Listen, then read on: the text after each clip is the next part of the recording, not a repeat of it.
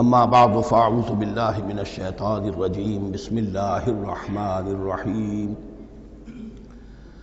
سیقول السفہاء من الناس ما واللہم عن قبلتہم التي كانوا علیہا قل للہ المشرق والمغرب یہدی من یشاء الی صراط مستقیم صدق اللہ العظیم۔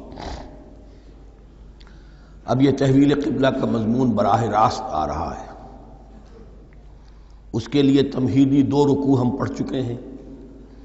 حضرت ابراہیم کا تذکرہ جو معمار ہیں بیت اللہ کے، ابو الانبیاء ہیں، امام الناس ہیں، انہی کی ایک نسل بنی اسرائیل ہے، انہی کی ایک نسل بنی اسماعیل ہے۔ ان کا دین کیا تھا، اس کی بنیاد کیا تھی، انہوں نے اور خود ان کے پوتے حضرت یعقوب نے اپنی اولاد کو کس بات کی وصیت کی تھی، اب وہ اولاد مختلف پگڈنڈیوں پر چل کر کہاں کہاں پہنچ چکی ہے، یہ سارا پس منظر ہے اصل میں اس تحویل قبلہ کے لیے۔ اور تحویل قبلہ پر اب پورے 2 رکوع آ رہے ہیں۔ اس سے بسا اوقات یہ خیال پیدا ہوتا ہے، میرے ذہن میں بھی کبھی ہوتا تھا کہ یہ ایسی بڑی بات کیا تھی جس کے لیے قرآن مجید نے اتنے شد و مد کے ساتھ اور اس قدر تفصیل کے ساتھ بلکہ تکرار کے ساتھ بات کی۔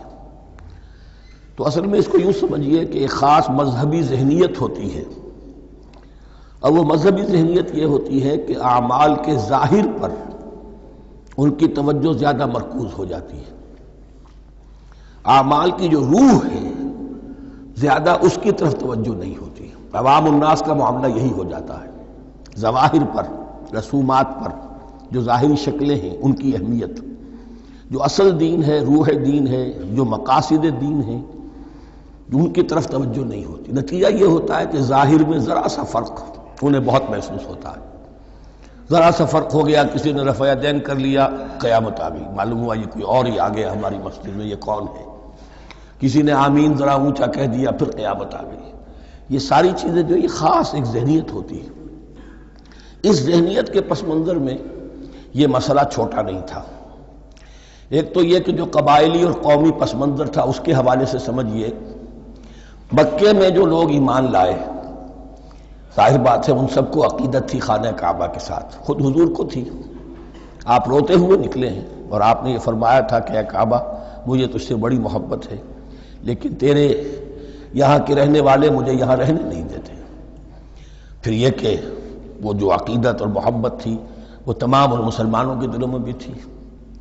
مدینے میں آ کر آپ نے رخ بدل دیا۔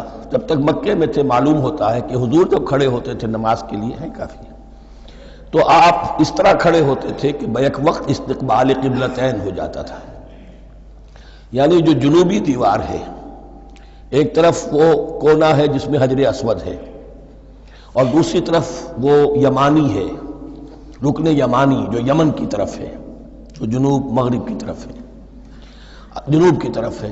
ادھر کوئی شخص کھڑا ہوگا اور وہیں پر انہی کے درمیان جو ہے جب طواف کیا جاتا ہے تو دعا مانگی جاتی ہے، ربنا آتنا فی الدنیا حسنۃ وفی الآخرۃ حسنۃ وقنا عذاب النار۔ باقی پورے طواف میں آپ جو چاہیں دعا مانگے، لیکن یہاں یہ دعا ہے خاص۔ اب اگر کوئی شخص ادھر کھڑا ہو کر نماز پڑھ رہا ہے تو کعبہ تو سامنے ہے ہی، ٹھیک سیدھ میں یروشلم بھی ہے، تو استقبال القبلتین ایک ہی وقت میں 2 قبلوں کی طرف رخ ہو گیا۔ مدینہ میں آ کر معاملہ بدل گیا، مدینہ درمیان میں ہے، مکہ مکرمہ اس کے جنوب میں ہے اور یروشلم اس کے شمال میں ہے۔ اب جنوب کی طرف رخ کریں گے تو پیٹھ ہوگی یروشلم کی طرف، یروشلم کی طرف رخ کریں گے تو پیٹھ ہوگی کعبے کی طرف۔ اس میں امتحان ہو گیا ان لوگوں کا جو ایمان لائے تھے کہ آیا وہ محمد الرسول اللہ صلی اللہ علیہ وسلم کے فرمان کی پیروی کرتے ہیں یا اپنی پرانی عقیدتوں اور اپنی پرانی جو روایات ہیں ان کو زیادہ اہمیت دیتے ہیں۔ اللہ کا شکر ہے جو لوگ مکے سے آئے تھے ان کی اتنی تربیت ہو چکی تھی کہ ان میں سے کسی کے لیے کوئی مسئلہ پیدا نہیں ہوا۔ اقبال کا وہ مصرع پھر سنا رہا ہوں، بمصطفیٰ برساں خویش را کے دی ہموست، اگر بہو نہ رسیدی تمام بولہ بیست۔ حالانکہ قرآن مجید میں کہیں منقول نہیں ہے کہ اللہ نے حکم دیا تھا، ہو سکتا ہے اللہ نے حضور کو وحی خفی کے ذریعے سے حکم دیا ہو، لیکن وحی جلی میں کہیں نہیں ہے کہ آپ کو حکم دیا گیا ہو کہ اب یروشلم کی طرف رخ کر کے نماز پڑھیے۔ یہ امتحان ہو گیا کہ رسول کا اتباع کتنا کچھ ہے۔ اب جب یہ حکم آیا، اب امتحان ہو گیا جو مدینے میں رہنے والے جو ایمان لائے تھے ان کا، اس لیے کہ یہاں یہودی بھی تھے، بعض ان میں سے ایمان لائے۔ عبداللہ ابن سلام رضی اللہ تعالیٰ عنہ تھے، ان کو علماء میں سے تھے، لیکن جو اور دوسرے لوگ تھے وہ بھی زیر اثر تھے یہود کے علماء کے، ان کے دل میں بھی یروشلم کی عظمت تھی۔ اب جب انہیں رخ کرنا پڑا تو یہ ان کے ایمان کا امتحان ہو گیا۔ تو یہ بڑا امتحان تھا اس میں کہ جو سب کے لیے مثمر تھا، اور مسلمانوں میں سے بعض لوگوں کے دلوں میں یہ خیال بھی پیدا ہوا ہوگا اگر اصل قبلہ یہ تھا تو ہم نے اب تک جو نمازیں پڑھی ہیں وہ تو پھر ہم نے غلط رخ پر پڑھی۔ ہماری اتنی سالوں کی، کسی کو ایمان لائے ہوئے 10 برس ہو گئے، ہماری ان نمازوں کا کیا بنے گا؟ وہ نمازیں ضائع ہو گئیں تو نماز تو ایمان کا رکن رکین ہے، تو بڑی تشویش پیدا ہو گئی۔ اس کے ساتھ ہی ایک مسئلہ یہ پیدا ہوا سیاسی اعتبار سے کہ یہود اب تک تو یہ سمجھ رہے تھے کہ حضور نے اور مسلمانوں نے ہمارا قبلہ اختیار کر لیا ہے، تو گویا کہ ہمارے کیمپ فالوورز ہیں، ہمارا تو انہوں نے اتباع کیا ہے، لہذا ہمیں کوئی خاص اندیشہ نہیں ان کی طرف سے۔ لیکن اب جب قبلہ بدل گیا تو ان کے کان کھڑے ہو گئے کہ یہ تو پھر کوئی نئی اب ملت ہے اور نئی امت کی تشکیل ہو رہی ہے، لہذا ان کی طرف سے مخالفت جو تھی اس کے اندر شدت زیادہ پیدا ہو گئی۔ یہ سارے مضامین تھے کہ جو یہاں پر زیر بحث آ رہے ہیں۔ سَيَقُولُ السُّفَهَاءُ مِنَ النَّاسِ، بہت غیر معمولی ہے اس کا آغاز ہی اس آیت کا۔ ان قریب کہیں گے لوگوں میں سے احمق اور بے وقوف لوگ، ما وَاللَّهُ مَنْ قِبْلَتِهِمُ الَّتِي كَانُوا عَلَيْهَا، کس چیز نے پھیر دیا انہیں اس قبلے سے کہ جس پر یہ تھے۔ یعنی یہ 16 مہینے نماز پڑھی ہے بیت المقدس کی طرف رخ کر کے، یروشلم کی طرف، اب کس چیز نے پھیر دیا انہیں؟ قُلْ لِلَّهِ الْمَشْرِقُ وَالْمَغْرِبُ، دیکھیے وہی الفاظ جو 14ویں رکوع میں آئے تھے جو تمہید بن رہے تھے، کہہ دیجئے کہ اللہ ہی کے لیے ہے مشرق اور مغرب۔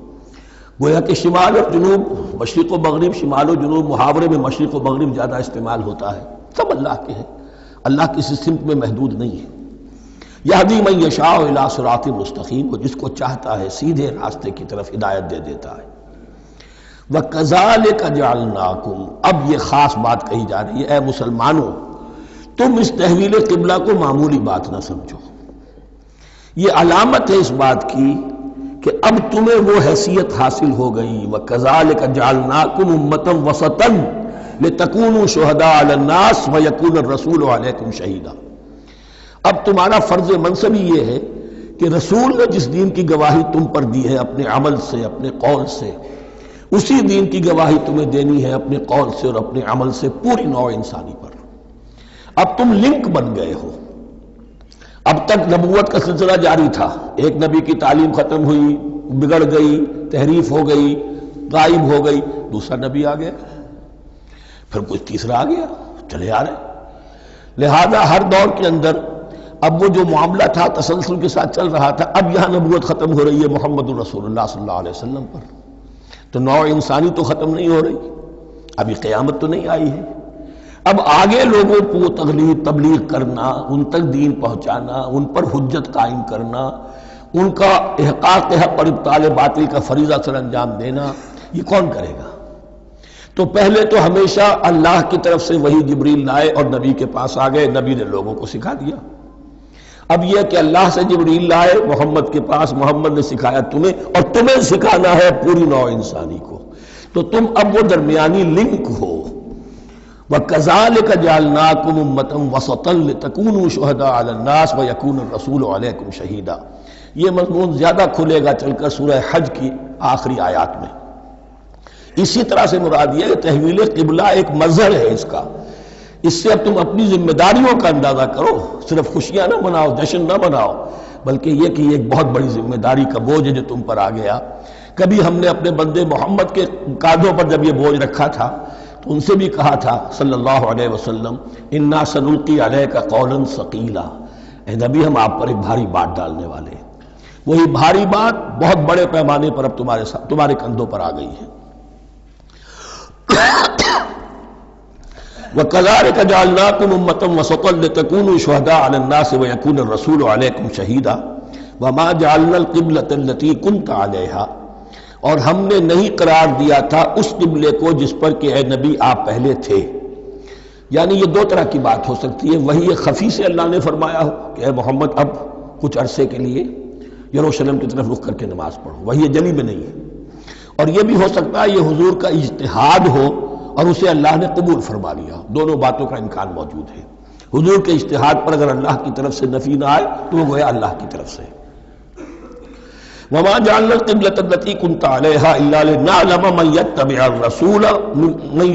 الرَّسُولَ مِمَّن يَنقَلِبُ عَلَىٰ عَقِبَيْهِ، اور نہیں ٹھہرایا تھا ہم نے اس قبلے کو جس پر کہ آپ رہے ہیں مگر یہ جاننے کے لیے کہ کون ہے، یہ ظاہر کرنے کے لیے کہ کون ہے کہ جو اتباع کرتے ہیں رسول کا صلی اللہ علیہ وسلم، اور وہ کون ہے کہ جو اپنی ایڑیوں کے بل لوٹ جاتے ہیں. یعنی مدینے میں آ کر اگر کوئی مکے کا مسلمان کہتا صاحب یہ قبلہ مجھے قبول نہیں ہے، وہ واپس ہو جاتا. ایسا ہوا نہیں. اور اب جب مکے کی طرف رخ ہو گیا ہے تو کوئی انصار میں سے، کوئی مدینے میں جو ایمان لائے ان میں سے کسی نے کہا کہ ٹھیک ہے جی ہمارا قبلہ وہ تھا، اب آپ نے اپنا قبلہ بدل دیا، آپ کا راستہ اور ہمارا راستہ اور. نہیں، وہ تمام کے تمام مسلمان ان آزمائشوں میں کامیاب ہوئے. وَإِن كَانَتْ لَكَبِيرَةً إِلَّا عَلَى الَّذِينَ هَدَى اللَّهُ، اور واقعہ یہ ہے یقیناً یہ بہت بڑی بات تھی. اس طرح قبلے کے اندر تبدیلی قبول کر لینا آسان بات نہیں ہوتی، بڑا حساس مسئلہ ہوتا ہے، مگر ان کے لیے کہ جن کو اللہ نے ہدایت دی. وَمَا كَانَ اللَّهُ لِيُضِيعَ إِيمَانَكُمْ، اور اللہ ہرگز تمہارے ایمان کو ضائع کرنے والا نہیں ہے. ایمان سے یہاں مراد نماز جو ہے الصلاۃ عماد الدین. وہ جو تشویش ہو گئی تھی کہ ہماری ان نمازوں کا کیا بنے گا جو ہم نے 16 مہینے پڑھی ہیں بیت المقدس کی طرف رخ کر کے. وَمَا كَانَ اللَّهُ لِيُضِيعَ إِيمَانَكُمْ، اس وقت وہ حکم تھا رسول کا، وہ اللہ کے ہاں مقبول ہے. اس وقت یہ حکم ہے جو تمہیں رسول کی معرفت مل رہا ہے، اب تم اس کی پیروی کرو. ان اللہ بالناس لرؤوف الرحیم، یقیناً اللہ تعالیٰ تو انسانوں کے حق میں بہت ہی شفیق ہے اور بہت ہی رحیم ہے. قد نرى تقلب وجهك في السماء، معلوم ہوتا ہے خود حضور کو انتظار تھا اس فیصلے کا، اور معلوم ہوتا ہے کہ آپ پر بھی شاخ گزر رہا تھا یہ وقفہ کہ جس میں نماز پڑھتے ہوئے پیٹھ ہو رہی تھی بیت اللہ کی طرف. تو آپ بار بار آپ کی نگاہیں آسمان کی طرف اٹھتی تھی کہ کب وحی آئے، کب جبرائیل حکم لے کر آئے. قد نرى تقلب وجهك في السماء، اے نبی ہم نے آپ کے چہرے کا بار بار آسمان کی طرف اٹھنا دیکھ لیا ہے. فَلَنُوَلِّيَنَّكَ قِبْلَةً تَرْضَاهَا، اس آیت میں بڑی شفقت، بڑی محبت، بڑی عنایت ہے محمد الرسول اللہ صلی اللہ علیہ وسلم کے لیے اللہ کی طرف سے. تو ہم بدلے دیتے ہیں، پھیرے دیتے ہیں قبلہ جو آپ کو پسند ہے. ظاہر بات ہے کہ حضور کو جو محبت تھی اور جو بھی آپ کو ایک رشتہ قلبی تھا بیت اللہ کے ساتھ، فَلَنُوَلِّيَنَّكَ قِبْلَةً تَرْضَاهَا، ہم بدلے دیتے ہیں، بدل دیں گے قبلہ اسی طرف جو آپ کو پسند ہے. فَوَلِّ وَجْهَكَ شَطْرَ الْمَسْجِدِ الْحَرَامِ، تو بس اب پھیر دیجئے اپنے رخ کو مسجد حرام کے رخ پر. وَحَيْثُ مَا كُنْتُمْ، اور مسلمانوں جہاں کہیں بھی تم ہو، مدینے میں ہو یا کہیں اور ہو، مغرب میں ہو، شمال میں ہو، جنوب میں ہو، کہیں ہو، فَوَلُّوا وُجُوهَكُمْ شَطْرَهُ، تو اپنا چہرہ نماز میں اسی کے رخ پر پھیرو. وَإِنَّ الَّذِينَ أُوتُوا الْكِتَابَ لَيَعْلَمُونَ أَنَّهُ الْحَقُّ مِنْ رَبِّهِمْ، اور جن لوگوں کو کتاب دی گئی تھی وہ جانتے ہیں کہ یہ حق ہے ان کے پروردگار کی طرف سے. تورات میں بھی یہ مذکور تھا کہ اصل قبلہ ابراہیمی وہی تھا، اس لیے کہ یروشلم تو تعمیر کیا ہے حضرت ابراہیم سے کوئی 1000 سال کے بعد حضرت سلیمان نے. یہ جو بھی ہیکل سلیمانی ہے کم سے کم 1000 برس کا فصل ہے حضرت ابراہیم میں حضرت سلیمان. تو حضرت ابراہیم کا قبلہ کون سا تھا؟ تو وہ بھی مولانا امین احسن اصلاحی صاحب نے اردو میں ترجمہ کیا ہے مولانا حمید الدین فراہی کی کتاب کا، اور وہ بہت اہم ہے اس موضوع کو سمجھنے کے لیے. بہت سے مسلمان مفسرین نے بھی اس میں ٹھوکر کھائی ہے.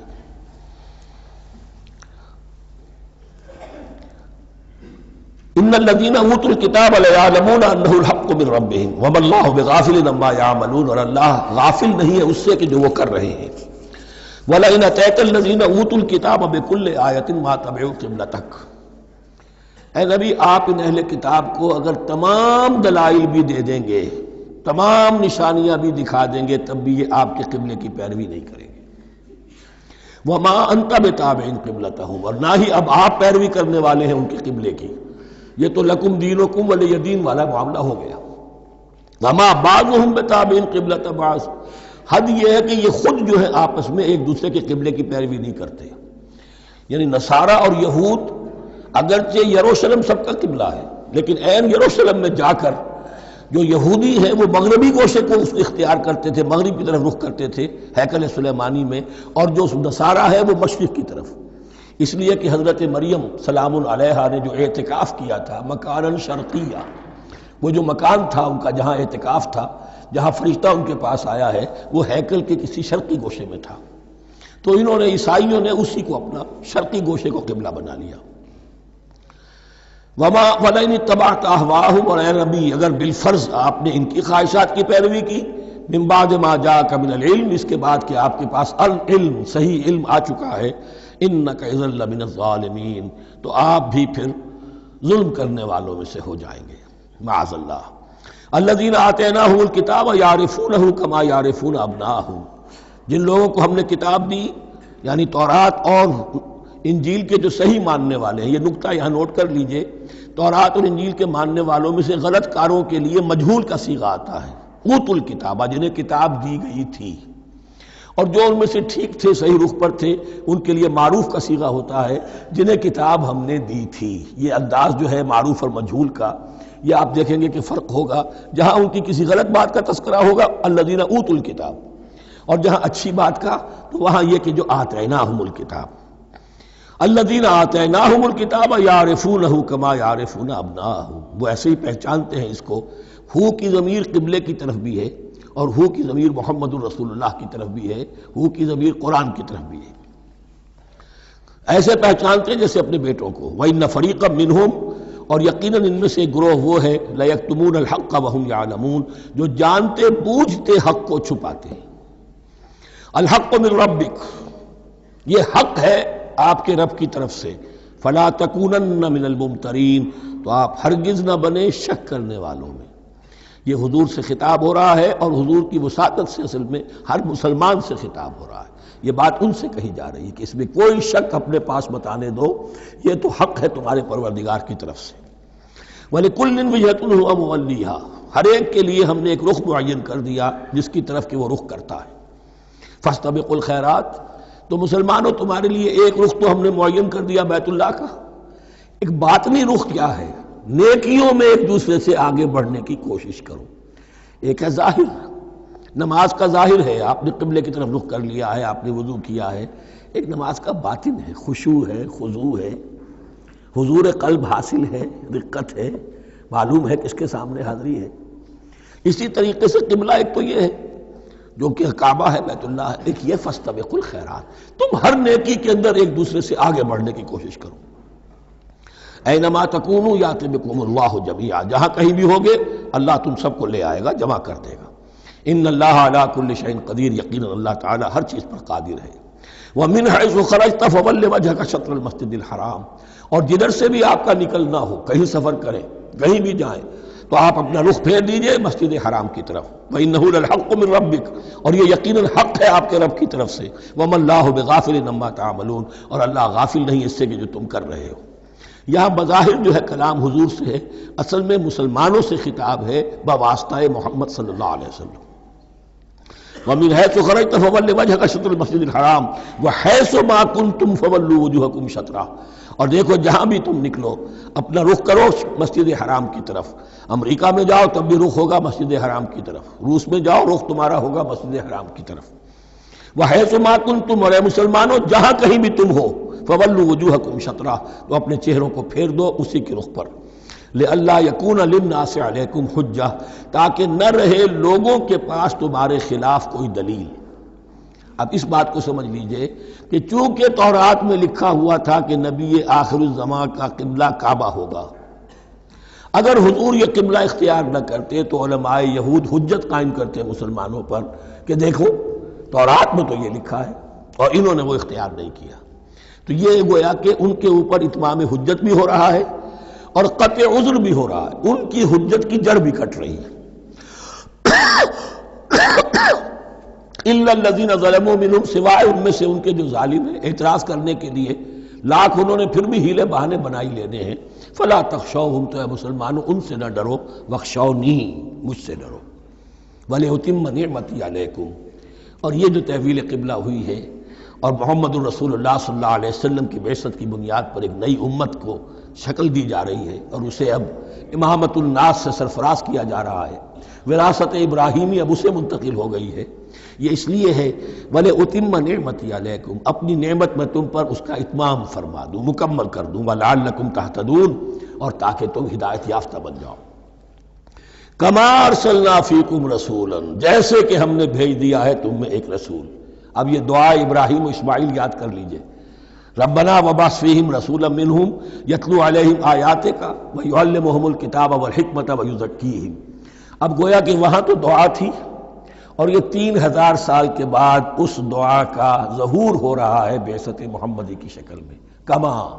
کما ارسلنا فیکم رسولا منکم، جیسے کہ ہم نے بھیج دیا ہے تم میں رسول اپنا، تم ہی میں سے، یتلو علیکم آیاتنا، وہ تلاوت کرتا ہے تم پر ہماری آیات، ویزکیکم، تمہیں پاک کرتا ہے، تزکیہ کرتا ہے تمہارا، ویعلمکم الکتاب والحکمہ، اور تمہیں تعلیم دیتا ہے کتاب و حکمت کی، ویعلمکم ما لم تکونوا تعلمون، اور تمہیں تعلیم دے رہا ہے ان چیزوں کی جو تمہیں معلوم نہیں تھی۔ یہاں ایک نکتہ بڑا اہم ہے، حضرت ابراہیم اور اسماعیل کی دعا میں جو ترتیب تھی یہاں اللہ نے اس کو بدل دیا ہے۔ وہاں کیا تھا؟ تلاوت آیات، تعلیم کتاب و حکمت، پھر تزکیہ۔ یہاں کیا ہے؟ تلاوت آیات، پھر تزکیہ، پھر تعلیم کتاب و حکمت۔ اب ظاہر بات ہے کہ حضرت ابراہیم حضرت اسماعیل نے جو بات کہی وہ بھی غلط تو نہیں ہو سکتی، لیکن ہم یہ کہہ سکتے ہیں کہ اس کی امپرووڈ فارم یہ ہے جو اللہ تعالیٰ کی طرف سے دی گئی، اس لیے کہ تزکیہ مقدم ہے۔ اگر نیت صحیح نہیں ہے تو تعلیم کتاب و حکمت مفید نہیں ہوگی بلکہ گمراہی میں اضافہ ہوگا۔ نیت کج ہے تو گمراہی بڑھتی چلی جائے گی، اور تزکیہ کا حاصل کیا ہے؟ نیت درست ہو جائے، اخلاص، نحن لہ مخلصون۔ اگر یہ نہیں ہے تو جتنا پڑھو گے، جتنے بڑے عالم ہوگے، شیطان بھی بن سکتے ہو۔ بڑے بڑے فتنے عالموں نے اٹھائے ہیں۔ یہ جو دین اکبری تھا یا دین الہی تھا، اکبر کے تو باپ دادا کو کبھی خیال نہیں آ سکتا تھا اس کا۔ یہ پٹی پڑھانے والے کون تھے؟ ابو الفضل اور فیضی جیسے علماء، بہت بڑے علماء۔ اسی طرح غلام احمد قادیانی، اس کو اصل میں جو بھی پٹیاں پڑھائی ہیں وہ تو پڑھائی حکیم نور الدین نے، جو بہت بڑا عالم تھا، اہل حدیث عالم تھا۔ تو در حقیقت بہت بڑا عالم ہوگا، اگر اس کی کج ہو گئی نیت تو اتنا ہی بڑا فتنہ اٹھا دے گا۔ اس پہلو سے تزکیہ مقدم ہے، اور اس کا ثبوت یہ ہے، یہی مضمون سورہ آل عمران میں آیا، یہی مضمون پھر سورہ جمعہ میں آئے گا، وہاں بھی ترتیب یہی ہے۔ تینوں جگہ پر اللہ کی طرف سے ترتیب یہی ہے، یتلو علیکم آیاتنا ویزکیکم، تمہیں ہماری آیات پڑھ کر سنا رہا ہے اور تمہارا تزکیہ کرتا ہے، ویعلمکم الکتاب والحکمہ، اور اس تزکیے کے بعد پھر تعلیم کتاب و حکمت، ویعلمکم ما لم تکونوا تعلمون، اور تمہیں سکھا رہا ہے جو کچھ علم تمہیں حاصل نہیں تھا۔ فاذکرونی اذکرکم، بس مجھے یاد رکھو، میں تمہیں یاد رکھوں گا۔ یہ بہت بڑا میثاق ہے اور بہت بڑا وعدہ ہے، بہت بڑا وعدہ ہے۔ اور یہاں تک حدیث میں پھر اس کی شرح آئی ہے، میرا بندہ اگر مجھے اپنے دل میں یاد کرتا ہے میں بھی اسے اپنے جی میں یاد کرتا ہوں، اور میرا بندہ اگر میرا ذکر کسی محفل میں کرتا ہے تو میں اس سے بہت اعلیٰ محفل میں اس کا ذکر کرتا ہوں۔ اس کی محفل تو بہت بلند و بالا ہے، ملائے اعلیٰ کی محفل ہے، فرشتے ملائکہ مقربین کی محفل ہے۔ خدا خود میر محفل بود اندر لامکا خسرو، محمد شمع محفل بود شب جائے کہ من بودم۔ اب خسرو کس عالم میں تھے جب یہ شعر کہہ گئے ہیں؟ تو بہرحال ہے تو صحیح، ایک محفل تو ہے، میں اس سے بڑی بہتر محفل میں ان کا تذکرہ کرتا ہوں۔ فاذکرونی اذکرکم واشکروا لی ولا تکفرون، اور میرا شکر کرو، میری نعمتوں کا ادراک کرو، اس کا شعور حاصل کرو، اس پر زبان سے بھی شکر ادا کرو، اپنے عمل سے بھی، جوارح سے بھی ان نعمتوں کا حق ادا کرو۔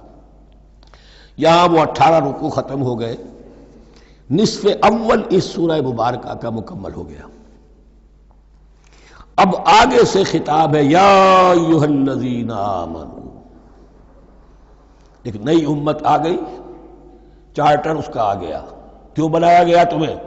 لتکونوا شہداء علی الناس ویکون الرسول علیکم شہیدا، تم اب لنک ہو ہمیشہ ہمیشہ کے لیے محمد اور پوری نوع انسانی کے درمیان۔ اسی لیے وہ حدیث بھی تو ہے جو علماء حق ہوتے ہیں ان کے بارے میں فرمایا علماء امتی کا انبیاء بنی اسرائیل، میری امت کے علماء کا مقام وہی ہے جو بنی اسرائیل کے علماء کا، اس لیے کہ اب نبوت تو ختم ہو گئی محمد پر صلی اللہ علیہ وسلم، لیکن یہ کتاب تو ہے، اس کا پہنچانا تو ہے، اس کو عام تو کرنا ہے، حجت تو قائم کرنی ہے، اور صرف تبلیغ سے نہیں عمل کر کے دکھانا ہے، وہ نظام قائم کر کے دکھانا ہے جو محمد عربی نے قائم کیا صلی اللہ علیہ وسلم، تب حجت قائم ہوگی۔ اس کے لیے تمہیں قربانیاں دینی ہوں گی، مشکلیں جھیلنی ہوں گی، جان و مال کا نقصان برداشت کرنا ہوگا، آرام سے گھر بیٹھے ٹھنڈے پیٹوں کفر جگہ نہیں چھوڑ دے گا اور حق نہیں آ جائے گا، کفر کو ہٹانے کے لیے اور باطل کو ختم کرنے کے لیے اور حق کو قائم کرنے کے لیے تن من دھن تمہیں لگانے ہوں گے۔ اب دیکھیے وہ کال آ رہی ہے، یا ایھا الذین آمنوا استعینوا بالصبر والصلاۃ، یہی وہ الفاظ تھے کہ وہ جو 7 آیتیں تھیں جن کو میں نے کہا تھا خطاب میں بنی اسرائیل میں وہ بمنزلہ فاتحہ ہیں، ان میں الفاظ آئے تھے واستعینوا بالصبر والصلاۃ وانھا لکبیرۃ الا علی الخاشعین الذین یظنون انہم ملاقو ربہم وانہم الیہ راجعون۔ اب وہی خطاب یہاں ہو رہا ہے، یا ایھا الذین آمنوا استعینوا بالصبر والصلاۃ، یہ میں بیان وہاں کر چکا ہوں، ان اللہ مع الصابرین، جان لو کہ اللہ صبر کرنے والوں کے ساتھ ہے۔ اس بیعت سے کیا مراد ہے؟ ایک بات تو متفق علیہ ہے، اللہ کی مدد، اللہ کی تائید، اللہ کی نصرت ان کے شامل حال ہے۔ باقی یہ کہ اللہ تعالیٰ جہاں کہیں بھی ہم ہیں ہمارے ساتھ ہے، کس طرح ہے یہ ہم نہیں جانتے، لیکن یہ فرمایا اس نے کہ میں تو تمہاری دگے جان سے بھی زیادہ قریب ہوں۔ وَلَا تَقُولُوا لِمَنْ يُقْتَلُ فِي سَبِيلِ اللَّهِ أَمْوَاتٌ، اب پہلے ہی قدم پر قتل کی بات آ گئی۔ شرط اول قدم این است کہ مجنون باشی، پہلا قدم یہ ہے جانے دینے کے لیے تیار ہو جاؤ۔ وَلَا تَقُولُوا لِمَنْ يُقْتَلُ فِي سَبِيلِ اللَّهِ أَمْوَاتٌ، مت کہو ان کو کہ جو اللہ کی راہ میں قتل ہو جائیں مردہ، وہ مردہ نہیں ہے، بل احیاء، وہ زندہ ہے، وَلَٰكِن لَا تَشْعُرُونَ، لیکن تمہیں اس کا شعور نہیں ہے۔ شہداء جو اللہ کی راہ میں قتل ہو جائیں ان کے لیے یوم آخر تک کا انتظار نہیں ہے، ان کی براہ راست جنت میں داخلہ ملتا ہے۔ قیل ادخل الجنہ قال یا لیت قومی یعلمون بما غفر لی ربی وجعلنی من المکرمین، وہاں تاخیر نہیں ہے، لہذا وہ تو زندہ ہیں۔ یہی مضمون پھر آئے گا سورہ آل عمران میں اور زیادہ نکھر کر، وَلَنَبْلُوَنَّكُمْ بِشَيْءٍ مِّنَ الْخَوْفِ وَالْجُوعِ۔ اب یہ ہے کہ پہلے سے دکھا دیا، اللہ تعالیٰ دھوکہ نہیں دینا چاہتا۔ دیکھ لو جس راہ میں قدم رکھا ہے اب آزمائشیں آئیں گی، تکلیفیں آئیں گی، رشتہ دار ناراض ہوں گے، بیوی شوہر سے لڑے گی، شوہر بیوی سے لڑے گا، اولاد والدین سے جدا ہوگی، یہ سب کچھ ہوگا، فساد ہوگا، فتور ہوگا، تصادم ہوگا، جان و مال کا نقصان ہوگا۔ وَلَنَبْلُوَنَّكُمْ، ہم لازماً آزمائیں گے تمہیں بِشَيْءٍ مِّنَ الْخَوْفِ، خوف کی کیفیت سے، وَالْجُوعِ، بھوک، فاقے، کیسے کیسے فاقے آئے، کیا ہوا ہے غزوہ احزاب میں، کیا ہوا ہے جو اس سے بعد جو جیش العسرہ ہے، تبوک کی جنگ ہے، وَنَقْصٍ مِّنَ الْأَمْوَالِ وَالْأَنفُسِ وَالثَّمَرَاتِ، اور نقصانات ہوں گے مالی بھی جانی بھی، اور ثمرات۔ اب ثمرات یہاں دو معنی دے رہا ہے، چونکہ مدینے والوں کی جو تھی اصل جو ان کی معیشت تھی وہ زرعی تھی، پھل، خاص طور پر کھجور، یہ ان کی پیداوار تھی، جسے آج کل آپ کہتے ہیں کیش کراپ جو ہے ان کی، وہ یہ تھی۔ اب ایسا بھی ہوگا کہ فصل تیار کھڑی ہے، اگر اسے اتارا نہ کھجور سے تو ضائع ہو جائے گی، اور ادھر سے تبوک کا حکم آ گیا نکلو اللہ کی راہ، یہ ساری فصل ضائع ہو جائے گی۔ امتحان ہو گیا کہ نہیں؟ اور اس کے علاوہ ایک اور کا مفہوم، انسان کچھ بہت محنت کرتا ہے، جد و جہد کرتا ہے، کیریئر بناتا ہے، اپنا ایک مقام بنا لیتا ہے اس کیریئر میں، اس پروفیشن میں، اس راستے پر آتا ہے تو کچھ اور ہی شکل اختیار کرنی پڑتی ہے۔ وہ تجارت کے زمانے میں جو محنت کی تھی، وہ کیریئر کو جمانے میں جو محنت کی تھی، وہ سارا کا سارا معاملہ جو ہے وہ کھو کر پھر اس وادی میں آنا پڑتا ہے۔ وَلَنَبْلُوَنَّكُمْ، یہ بھی ثمرات ہیں نا، محنت کے ثمرات۔ وَلَنَبْلُوَنَّكُمْ بِشَيْءٍ مِّنَ الْخَوْفِ وَالْجُوعِ وَنَقْصٍ مِّنَ الْأَمْوَالِ وَالْأَنفُسِ وَالثَّمَرَاتِ وَبَشِّرِ الصَّابِرِينَ، اور اے نبی بشارت دیجئے صابروں کو، صبر کرنے والوں کو۔ یہ کون ہے؟ الذین اذا اصابتہم مصیبۃ، وہ لوگ کہ جن کو جب بھی کوئی مصیبت آئے قالوا انا للہ وانا الیہ راجعون، وہ کہتے ہیں ہم اللہ ہی کے تو ہیں اللہ ہی کی طرف ہمیں لوٹ جانا ہے. کل بھی جانا تھا، آج چلے جائیں، حاضر ہیں، جتنی جلدی بلا لیں. نشان مرد مومن باتوں گویم جو مرگ آیا تبسم مر لبے اوست.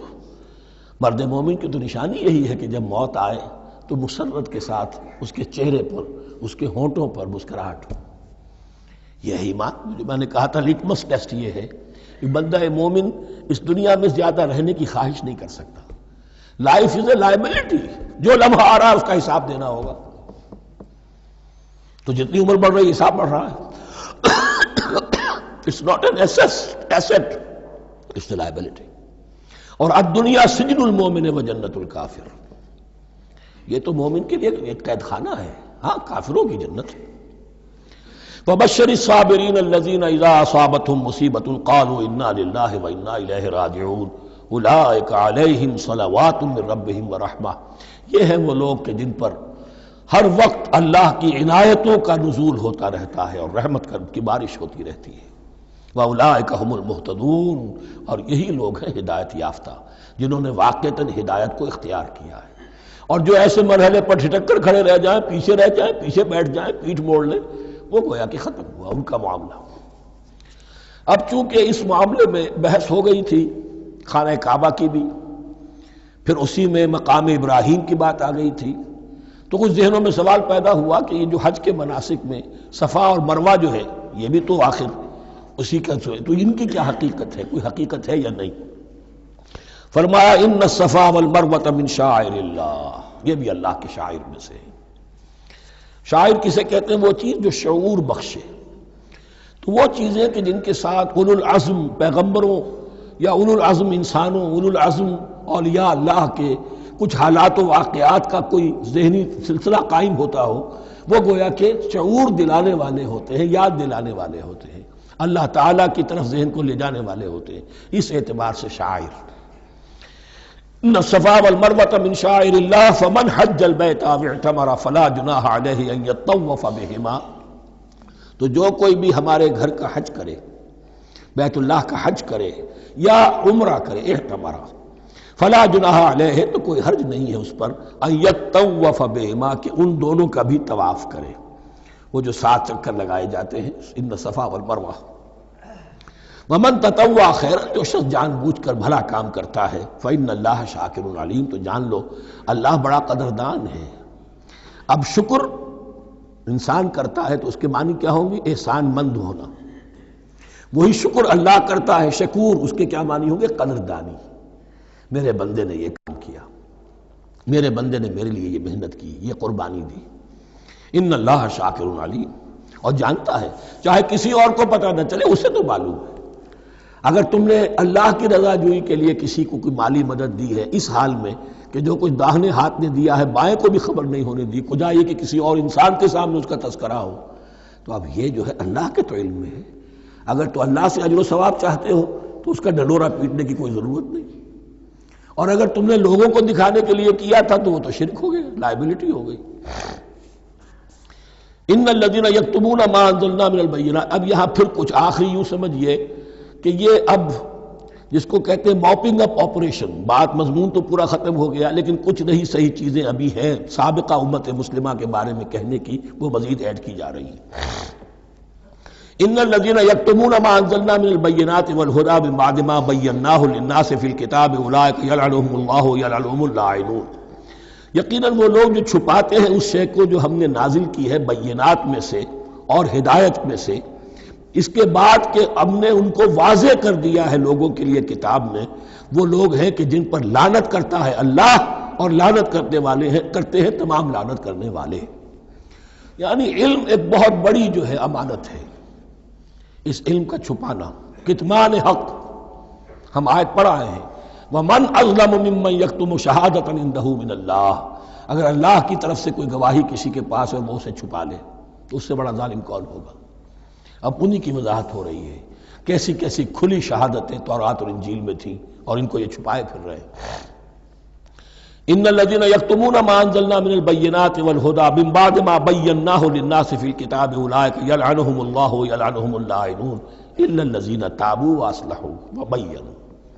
سوائے ان کے کہ جو توبہ کریں اور اپنی اصلاح کر لیں اور اب واضح کریں وہ شے کہ جو انہوں نے چھپائی ہوئی تھی اسے ظاہر کریں.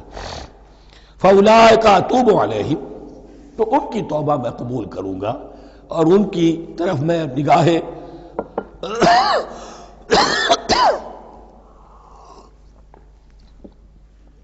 التفات میں اپنی پھر ان کی طرف متوجہ کر دوں گا. وَأَنَا التَّوَّابُ الرَّحِيمُ، اور میں تو ہوں ہی توبہ کا قبول کرنے والا اور رحم فرمانے والا. اِنَّ الَّذِينَ كَفَرُوا وَمَاتُوا وَهُمْ كُفَّارٌ، یقیناً جن لوگوں نے کفر کیا اور وہ مرے اسی حال میں کہ کفر پر قائم تھے، اولئک علیہم لعنۃ اللہ والملائکۃ والناس اجمعین، ان پر تو لعنت ہے اللہ کی بھی اور فرشتوں کی بھی اور تمام انسانوں کی بھی. خالدین فیہا، اس لعنت کی کیفیت میں وہ اب ہمیشہ رہیں گے. لا یخفف عنہم العذاب، نہ ان پر سے عذاب کے اندر کوئی کمی کی جائے گی. ولا ہم ینظرون، نہ انہیں کوئی مہلت ملے گی کہ عذاب کا تسلسل ذرا سی دیر کے لیے وقفہ ہو جائے، سانس لینے کی مہلت مل جائے. ولا ہم ینظرون. وَإِلَٰهُكُمْ إِلَٰهٌ وَاحِدٌ، سن لو تمہارا الہ اور معبود ایک ہی الہ ہے. لا الہ الا هو الرحمن الرحیم، اس کے سوا کوئی الہ نہیں ہے اور وہ رحمان ہے اور رحیم ہے. اب جو آیت آ رہی ہے اس کے پڑھنے سے پہلے ایک بات سمجھ لیجئے کہ یہ جو اب 22 رکوعوں کا مضمون ہم پڑھ رہے ہیں، مجھے یہ بات آج شروع میں واضح کرنی چاہیے تھی. اس میں ترتیب کیا ہے؟ میں پہلے عرض کر چکا ہوں کہ پہلے 18 رکوعوں کی تقسیم ورٹیکل کی ہے ہم نے. 18 کو 4 رکوع ادھر، 10 درمیان میں، پھر 4 ادھر. یہاں اب چلے گی ہاریزونٹل تقسیم، افقی تقسیم. اور اس کی بھی شکل کیا ہے کہ 4 مضامین ہیں کہ جو تانے بانے کے ساتھ بنے ہوئے ہیں، یا 4 لڑیاں ہیں مضمون کی کہ جن کو بٹ کر رسی بنا دیا گیا. وہ 4 مضامین کیا ہیں؟ مسلمانوں سے خطاب میں ان کے لیے عبادات اور احکام اور شرائع، یہ واجب ہے، یہ کرنا ہے، یہ حلال ہے، یہ حرام ہے، نماز فرض ہے، روزہ فرض ہے، وغیرہ وغیرہ. اور 2 لڑیاں جہاد، جہاد بالمال، جہاد بالنفس. جہاد بالنفس کی آخری انتہا قتال ہے، جہاں انسان نقد جان ہاتھ پر رکھ کر، ہتھیلی پر رکھ کر میدان میں حاضر ہو جاتا ہے. جو جنگ میں گیا اس نے اپنے آپ کو موت کے لیے پیش کر دیا، بچ کر آ جائے تو بونس ہے. اس اعتبار سے یہ 4 جڑیں. شریعت کو 2 حصوں میں تقسیم کیجئے، عبادات اور پھر بقیہ احکام شریعت، معاملات، جن میں خاص طور پر شوہر اور بیوی کا تعلق جو ہے وہ سب سے اہم ہے. تمدن انسانی کی بنیاد وہی ہے. لہذا اس صورت میں آپ دیکھیں گے تفصیلی احکام آئیں گے آئلی قوانین کے ضمن میں. دوسری طرف جہاد بالمال یعنی انفاق، اللہ کی راہ میں خرچ کرنا، اور جہاد بالنفس جس کی آخری منزل قتال. اب یہ 4 لڑیاں اس طرح سے ہیں، فرض کیجئے ایک لال لڑی ہے، ایک پیلی ہے، ایک نیلی ہے، ایک ہری ہے. ان کو بٹ دیا گیا ہے. جب ایک طرف سے دیکھیں گے تو کٹا پھٹا نظر آئے گا رنگ. لال نظر آیا، پھر پیلا نظر آیا، پھر نیلا نظر آیا، پھر ہرا، پھر لال، پھر نیلا، پھر پیلا، پھر ہرا. تو ایسا معلوم ہوگا جیسے کٹے پھٹے ہیں مضامین. لڑیاں کھول دیجئے، معلوم ہوگا ایک لڑی وہ بھی بڑی مسلسل ہے، جہاد بالمال کی. ایک لڑی ہے جہاد بالنفس یعنی قتال کی. ایک لڑی ہے جو عبادات کی. ایک لڑی ہے معاملات کی اور شریعت کے احکام کی.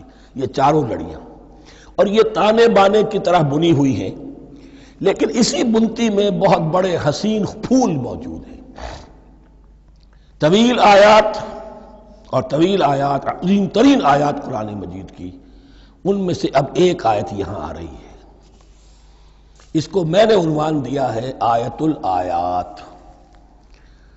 ان فی خلق السماوات والارض واختلاف اللیل والنہار والفلک التي تجری فی البحر بما ينفع الناس وما انزل اللہ من السماء من ماء فاحیا به الارض بعد موتها وبث فيها من كل دابة وتصریف الرياح والسحاب المسخر بين السماء والارض لآیات لقوم یعقلون. اتنے فینومینا آف نیچر کسی ایک آیت میں جمع نہیں ہے قرآن میں. اللہ تعالیٰ تمام فینومینا آف نیچر کو اپنی آیتیں قرار دیتا ہے. آسمان اور زمین کی تخلیق، رات اور دن کا الٹ پھیر مختلف جگہوں پر، اور یہ جو ستارے ہیں اور یہ جو بھی نباتات ہیں زمین کی، ان میں سے آیتیں ہی آیتیں. لیکن ان آیت الآیات کو جس طرح یہاں ایک آیت میں سمویا ہے، یہ حکمت کا ایک بہت بڑا پھول ہے، بہت بڑا پھول جو ان 4 لڑیوں کی بنتی کے اندر آ گیا ہے. یقیناً آسمان اور زمین کی تخلیق میں اور رات اور دن کے الٹ پھیر میں اور اس جہاز میں یا کشتی میں جو چلتی ہیں سمندر میں یا دریاؤں میں، وہ سامان لے کر جو لوگوں کو نفع دیتا ہے، بما ينفع الناس وما انزل اللہ من السماء من ماء، اور اس پانی میں کہ جو اللہ نے اتارا ہے آسمان سے، فاحیا به الارض بعد موتها، اور پھر اس سے وہ زندہ کر دیتا ہے زمین کو اس کے مردہ ہو جانے کے بعد. بے آب و گیا زمین پڑی تھی، بارش ہوئی ہے، اسی میں سے روئیدگی آ گئی ہے. وبث فیہا من کل دابہ، اور یہ تمام حیوانات اور چرند اور پرند جو اس کے اندر پھیلا دیے گئے ہیں. وتصریف الریاح، اور یہ ہواؤں کا چلنا جو ہے، کبھی پرواں چل رہی ہے، کبھی پچھمی چل رہی ہے، کبھی مشرق سے آ رہی ہے، کبھی مغرب سے آ رہی ہے، تصریف الریاح ہے. والسحاب المسخر بین السماء والارض، اور ان بادلوں میں کہ جو معلق کر دیے گئے آسمان اور زمین کے درمیان. لآیات لقوم یعقلون، ان سب میں آیات ہیں، نشانیاں ہیں ان لوگوں کے لیے جو عقل سے کام لیں. ان کو دیکھو اور ان کے خالق کو، مدبر کو پہچانو. آیات ہیں، اور ان کے آیات کے پہچاننے کا جو عملی نتیجہ نکلنا چاہیے، اور جس کو عام طور پر لوگ نہیں پہنچ پاتے جس تک، اب اگلی آیت میں اس کا تذکرہ ہے. نتیجہ تو نکلنا یہ چاہیے کہ پھر محبوب اللہ ہی ہو، شکر اسی کا ہو، اطاعت اسی کی ہو، عبادت اسی کی ہو. جب سورج میں کچھ نہیں، یہ تو اللہ نے اس کو بنایا ہے، یہ حرارت جو ہے اللہ نے دی ہے، چاند میں کچھ نہیں، ہوائیں چلانے والا کوئی وہی تو ہے. تو اب کسی شے کے لیے کوئی شکر نہیں، کسی شے کے لیے کوئی عبادت نہیں، کوئی ڈنڈوت نہیں، کوئی سجدہ نہیں، بلکہ صرف اللہ کے لیے. اور وہی مطلوب و مقصود بن جائے، وہی محبوب ہو. لا محبوب الا اللہ، لا مقصود الا اللہ، لا مطلوب الا اللہ. جن لوگوں کی یہاں تک رسائی نہیں ہو جاتی، وہ لوگ کسی اور شے کو اپنا محبوب و مطلوب بنا کر اس کی پرستی شروع کر دیتے ہیں. خدا تک نہیں پہنچے، اپنے نفسی کو معبود بنا لیا، جو یہ کہے کر رہے، معبود تو ہو گیا. ارأیت من اتخذ الہہ ہواہ، اپنے قوم کو معبود بنا لیا، قوم کی برتری کے لیے اور قوم کی سربلندی کے لیے جانے بھی دے رہے، وطن کو معبود بنا لیا. اس حقیقت کو علامہ اقبال نے سمجھا ہے، اس دور کا سب سے بڑا بت وطن ہے. اس دور میں میں اور ہے، جام اور ہے، جم اور، ساقی نے بنا کی روش لطف و ستم اور، تہذیب کے آزر نے ترشوائے صنم اور، مسلم نے بھی تعمیر کیا اپنا حرم اور، ان تازہ خداؤں میں بڑا سب سے وطن ہے، جو پیرہن اس کا ہے وہ مذہب کا کفن ہے.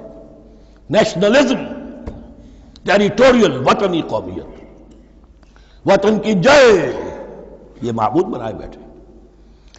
تو اب یہاں سنیے، وَمِنَ النَّاسِ، اور لوگوں میں سے کچھ ایسے بھی ہیں، مَن يَتَّخِذُ مِن دُونِ اللَّهِ أَندَادًا، جو اللہ کو چھوڑ کر کچھ اور چیزوں کو اس کا مد مقابل بنا دیتے ہیں. وطن کو بنا لیا، قوم کو بنا لیا، ہیومنزم، انسانیت، نوع انسانی، ہم اس کے خدمتگار ہیں، ہم اس کی بہتری کے لیے کام کر رہے ہیں، یہ بھی ایک معبود بن گیا. اور سب سے گھٹیا انسان وہ ہے کہ اپنے ہی حسن کا دیوانہ بنا پھرتا ہوں، اپنا ہی نفس ہے، اسی کے گر چکر لگا رہا ہے، وہی حریم ہے اس کا، وہی حرم ہے اس کا، اور وہ طواف کر رہا ہے اپنے نفس کا، تو وہ بھی تو اس کا ایک معبود ہے. لوگوں میں سے وہ بھی ہیں کہ جو اللہ کو چھوڑ کر کسی اور چیز کو اس کا مد مقابل بنا دیتے ہیں. یحبونہم کحب اللہ، اور ان سے محبت کرنے لگتے ہیں جیسی کہ اللہ سے کرنی چاہیے. یہ فلسفہ ہے اصل میں، ہندی میں سے آدرش کہتے ہیں، عربی میں نصب العین، انگلش میں آئیڈیل. ہر باشعور انسان کسی شے کو اپنا آئیڈیل بناتا ہے اور اس سے پھر محبت کرتا ہے، اس کے لیے جیتا ہے، اس کے لیے مرتا ہے، قربانیاں دیتا ہے، اثار کرتا ہے. قوم کے لیے قربانی، وطن کے لیے قربانی، فلاح کے لیے قربانی، خود اپنی ذات کے لیے قربانی. یحبونہم کحب اللہ، یہ سارے کام تو اللہ کے لیے کرنے کے تھے. جیو اللہ کے لیے، مرو اللہ کے لیے، محبت اس سے کرو. ان صلاتی و نسکی و محیای و مماتی للہ رب العالمین. تم نے اپنی یہ ساری نسبتیں کسی اور شے کے ساتھ وابستہ کر دی، تم نے اللہ کا مد مقابل تراش لیا. می تراشت فکر ما ہر دم خدا بندے دیگر، رست از یک بند تا افتاد در بندے دیگر. انسان معبود تراشتا رہتا ہے اپنے ذہن سے، اور ان کے لیے محبت کرتا ہے، جانیں دیتا ہے، قربانیاں دیتا ہے. وَمِنَ النَّاسِ مَن يَتَّخِذُ مِن دُونِ اللَّهِ أَندَادًا يُحِبُّونَهُمْ كَحُبِّ اللَّهِ. یہ مضمون بھی سورہ حج میں زیادہ واضح ہوگا. وَالَّذِينَ آمَنُوا أَشَدُّ حُبًّا لِلَّهِ. پھر یہ لٹمس ٹیسٹ کا لفظ میری زبان پر آ رہا ہے. اور جو لوگ واقعتاً صاحب ایمان ہوتے ہیں ان کی شدید ترین محبت ہوتی ہے اللہ کے ساتھ. اگر یہ نہیں ہے، اگر یہ نہیں تو بابا پھر سب کہانیاں ہیں. کوئی شے اللہ سے زیادہ محبوب ہو گئی وہ تمہاری معبود ہے. تم نے اللہ کو چھوڑ دیا، چاہے وہ دولت ہی ہے. تعس عبد الدینار و عبد الدرہم، ہلاک اور برباد ہو جائے درہم و دینار کا بندہ. نام عبد الرحمن ہے، حقیقت میں عبد الدینار ہے. دینار آنا چاہیے، حرام سے آئے، حلال سے آئے، جائز سے آئے، ناجائز سے آئے. تو معبود اللہ نہیں ہے، معبود دینار ہے. ہندو نے یہ کیا کہ لکشمی دیوی کی ایک مورتی بنا کر پوجنا شروع کر دیا. یہ لکشمی دیوی اگر ذرا مہربان ہو جائے گی دولت آ جائے گی. ہم نے کہا ہٹاؤ اس درمیان کے لنک کو، سیدھے ہی دولت کو کیوں نہ پوجو. پیٹرو ڈالر کو پوجو، ڈالر کو پوجو. ترک وطن کرو، ماں باپ کو چھوڑو یہاں سسکتا ہوا کہ مر رہے ہیں اور کوئی ان کا بیٹا اور ان کی بیٹی ان کے پاس نہیں. کس لیے؟ ڈالر. کون معبود ہوا؟ وَمِنَ النَّاسِ مَن يَتَّخِذُ مِن دُونِ اللَّهِ أَندَادًا يُحِبُّونَهُمْ كَحُبِّ اللَّهِ وَالَّذِينَ آمَنُوا أَشَدُّ حُبًّا لِلَّهِ وَلَوْ يَرَى الَّذِينَ ظَلَمُوا إِذْ يَرَوْنَ الْعَذَابَ أَنَّ الْقُوَّةَ لِلَّهِ جَمِيعًا. اور کاش کہ دیکھ لیتے یہ لوگ جو اس شرک میں اور اس گناہ میں مبتلا ہیں، ظلم شرک کے معنی، جب وہ دیکھیں گے عذاب کو اور یہ بات واضح ہو جائے گی کہ قوت تو ساری کی ساری اللہ کے ہاتھ میں ہے، کسی کے پاس کچھ نہیں. وَأَنَّ اللَّهَ شَدِيدُ الْعِقَابِ، اور یہ کہ اللہ سزا شدید العذاب، اللہ سزا دینے میں بہت سخت ہے. اس وقت آنکھ کھلے گی تو فائدہ کیا ہوگا؟ اب آنکھ کھلے تو فائدہ ہے. اِسْتَبَرَّأَ الَّذِينَ اتُّبِعُوا مِنَ الَّذِينَ اتَّبَعُوا. اب انسانی معاشرے کے اندر یہ ہوتا ہے، کچھ لوگ ہوتے ہیں لیڈر لوگ جو اپنے پیچھے لوگوں کو لگا لیتے ہیں، چاہے ڈیماگوگس ہو، چاہے مذہبی جو ہے وہ مسندوں کے والی ہوں، اپنے پیچھے لگاتے ہیں. اور ان کے پیچھے لگنے والے جو ہیں وہ یہ سمجھتے ہوئے ان کی عزت بھی ہے، ان کا احترام بھی ہے، ان کے نیچے دبے بھی ہوئے، ان کا پیچھے پیچھے چلتے ہیں. قیامت کے دن وہ تبرہ کریں گے کہ تم نے ہمیں مروایا، ہم تمہاری پیروی کرتے رہے، ہم نے سمجھا تم جو کہہ رہے ہیں وہ ٹھیک ہے، ہم نے تمہیں اپنا لیڈر مانا. اب وہ اعلان برات کریں گے، اللہ ہمارا ان سے کوئی تعلق نہیں. استبرأ الذین اتبعوا، اور اس کے جواب میں پھر وہ کریں گے ہمارا تم سے کوئی تعلق نہیں. اس روز کے جن لوگوں کا اتباع کیا گیا تھا دنیا میں، لیڈر لوگ، وہ ان لوگوں سے جنہوں نے پیروی کی تھی ان سے تبرہ کریں گے. وَرَأَوُا الْعَذَابَ وَتَقَطَّعَتْ بِهِمُ الْأَسْبَابُ، اور وہ دیکھ لیں گے عذاب کو، نگاہوں کے سامنے جہنم آ جائے گی اور تمام رشتے منقطع ہو جائیں گے. یوم یفر المرء من اخیہ وامہ وابیہ وصاحبتہ وبنیہ لکل امرئ منہم یومئذ شأن یغنیہ یود المجرم لو یفتدی من عذاب یومئذ ببنیہ وصاحبتہ واخیہ وفصیلتہ التی تؤویہ ومن فی الارض جمیعا ثم ینجیہ. ہر انسان چاہے گا میرے باپ کو، بیٹے کو، بھائی کو، ماں کو، بیوی کو، اولاد کو، تمام انسانوں کو چھوڑ دو جہنم میں، خدا کے لیے کسی طرح مجھے بچا لو. تقطعت بہم الاسباب، سارے رشتے منقطع ہو جائیں گے جن رشتوں کی وجہ سے حرام کو حلال اور حلال کو حرام کر رہے ہو، جن کی دلجوئی کے لیے حرام کی کمائی کرتے ہو، جن کی دلجوئی کے لیے دین کے راستے سے آگے نہیں بڑھ رہے ہو. دین کے راستے میں بیوی ناراض نہ ہو جائے، گھر والے ناراض نہ ہو جائیں، بتقطعت بہم الاسباب، یہ سارے رشتے یہیں تک کے لیے ختم ہو جائیں۔ وقال الذین اتبعوا، اور جو ان کے پیروکار تھے وہ کہیں گے لو ان لنا کرۃ، اگر کہیں ہمیں دنیا میں لوٹنا نصیب ہو جائے، فنتبرأ منہم کما تبرؤوا منا، تو ہم بھی ان سے اسی طرح برات کریں گے جیسے آج یہ ہم سے برات کر رہے ہیں۔ کذالک یریہم اللہ اعمالہم حسرات علیہم، اس طرح اللہ ان کو دکھائے گا ان کے اعمال حسرتیں بن جائیں گی۔ کاش کہ ہم نے سمجھا ہوتا، کاش کہ ہم نے ان کی پیروی نہ کی ہوتی، کاش کہ ہم نے ان کو اپنا لیڈر اور اپنا ہادی اور رہنما نہ مانا ہوتا۔ وما ہم بخارجین من النار، لیکن وہ اب آگ سے نکلنے والے نہیں ہوں گے۔ یا ایھا الناس کلوا مما فی الارض حلالا طیبا ولا تتبعوا خطوات الشیطان انہ لکم عدو مبین۔ اے لوگو، زمین میں جو کچھ حلال اور طیب ہے، حلال ہے اور پاک ہے، صاف ستھری چیز اور حلال چیز، وہ کھاؤ، اور شیطان کے نقش قدم کی پیروی نہ کرو، انہ لکم عدو مبین، یقیناً وہ تمہارے لیے کھلا دشمن ہے۔ یہ بحث اصل میں کھلے گی سورہ انعام میں جا کر۔ وہاں عرب میں یہ رواج تھا، بتوں کے نام پر کوئی جانور چھوڑ دیتے تھے، جیسے ہندوؤں میں بھی تھی رواج، ہم نے تو بچپن میں دیکھا ہے، کوئی سانڈ چھوڑ دیا، کسی کے کان جو ہے وہ چیر دیے، یہ فلاں بت کے لیے ہے، فلاں دیوی کے لیے ہے۔ اب اسے کوئی کچھ نہیں کہہ سکتا تھا، وہ جہاں چاہیں وہ منہ ماریں جا کر ان کا، اور پھر ان کا ظاہر بات ہے ان کا گوشت کیسے کھایا جا سکتا تھا۔ تو عرب میں بھی یہ رواج تھے، اور ابھی تک اس کے کچھ نہ کچھ ریزیڈول ایفیکٹس تھے۔ آباء و اجداد کی جو رسمیں چلی آ رہی ہوں وہ آسانی سے جو ہے وہ چھوٹتی نہیں ہیں، کچھ نہ کچھ اثرات رہتے ہیں، جیسے آج تک ہمارے ہاں ہندوانہ اثرات موجود ہیں۔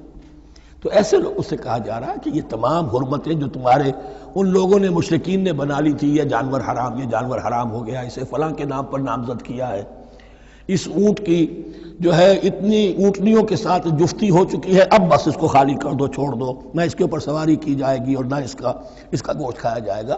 یہ کوئی نہیں ہے، جو چیز حلال ہے اصلاً اور طیب ہے کھاؤ۔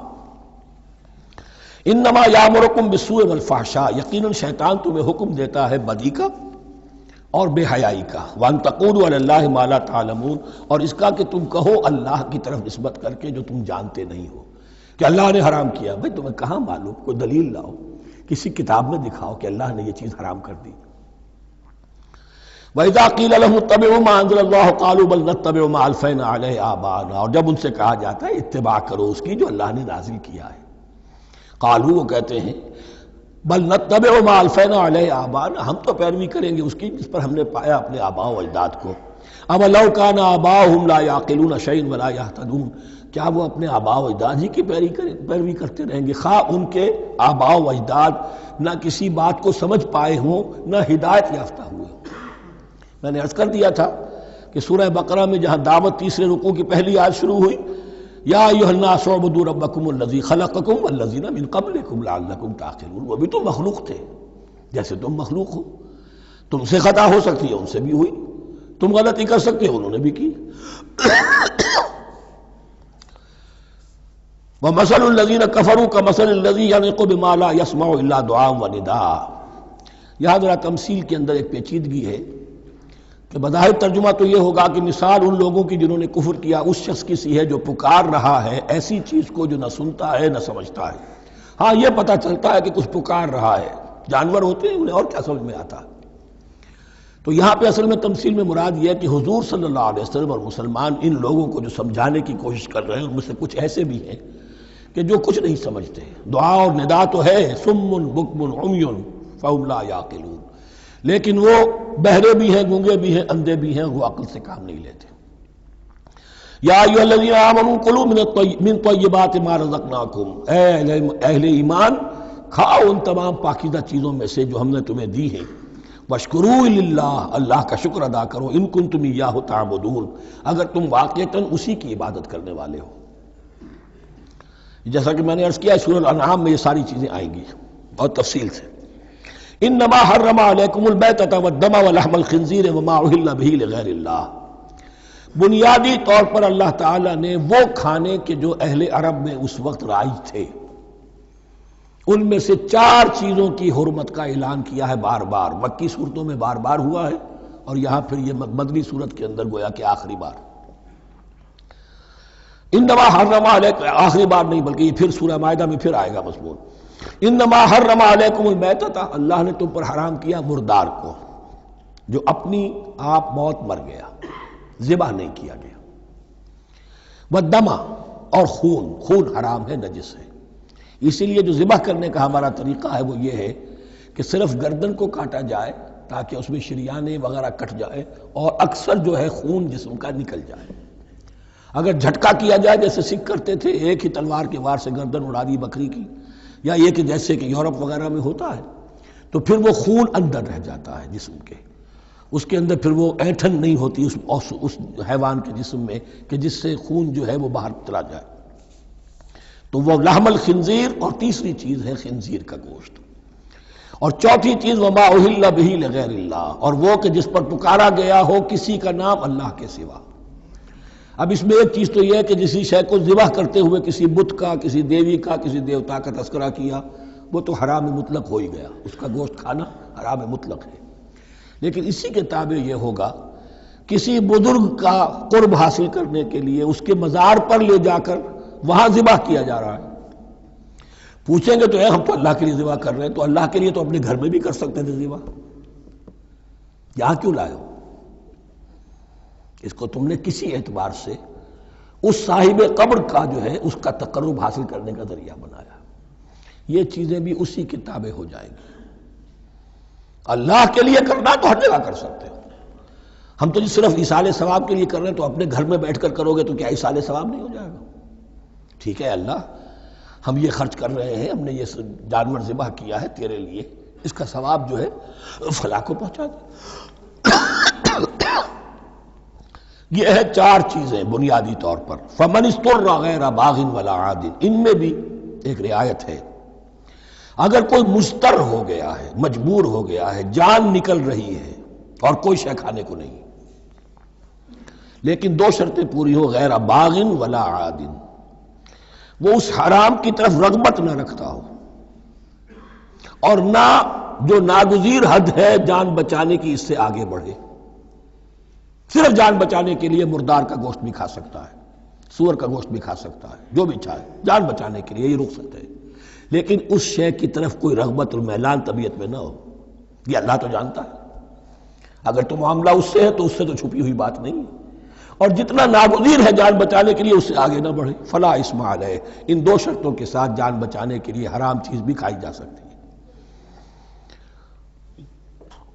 ان اللہ غفور الرحیم، یقیناً اللہ غفور الرحیم ہے۔